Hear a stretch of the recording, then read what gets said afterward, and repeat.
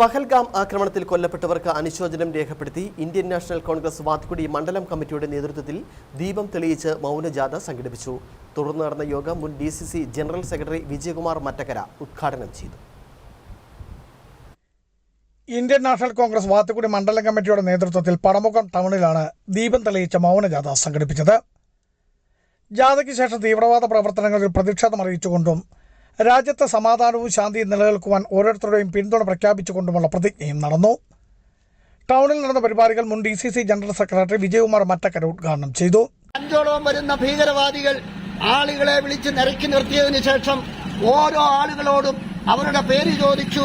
ആ പേര് ചോദിച്ചതിന് ശേഷം അവരുടെ മതമേതാണ് എന്ന് മനസ്സിലാക്കിയിട്ട് അവരോട് പ്രാർത്ഥന ചൊല്ലാൻ പറഞ്ഞു.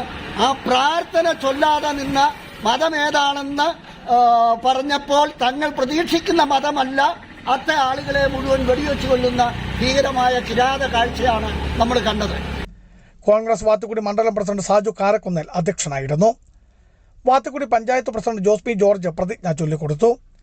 DCC general secretary advocate KB Selvam, advocate KK Manoj, മറ്റ് നേതാക്കളായ അവരാച്ചൻ മൂത്താരി, മഹിളാ കോൺഗ്രസ് മണ്ഡലം പ്രസിഡന്റ് റിജിമോൾ റജി, അനിൽ ബാലകൃഷ്ണൻ, തോമസ് അരയത്തിനാൽ, വിനോദ് ജോസഫ്, ബുഷ്മോൻ കണ്ണഞ്ചിറ, ജോബി വയലിൽ, ടോമി തെങ്ങുംപള്ളിൽ, മിനി സാബു ഉൾപ്പെടെ നിരവധി പേർ പങ്കെടുത്തു.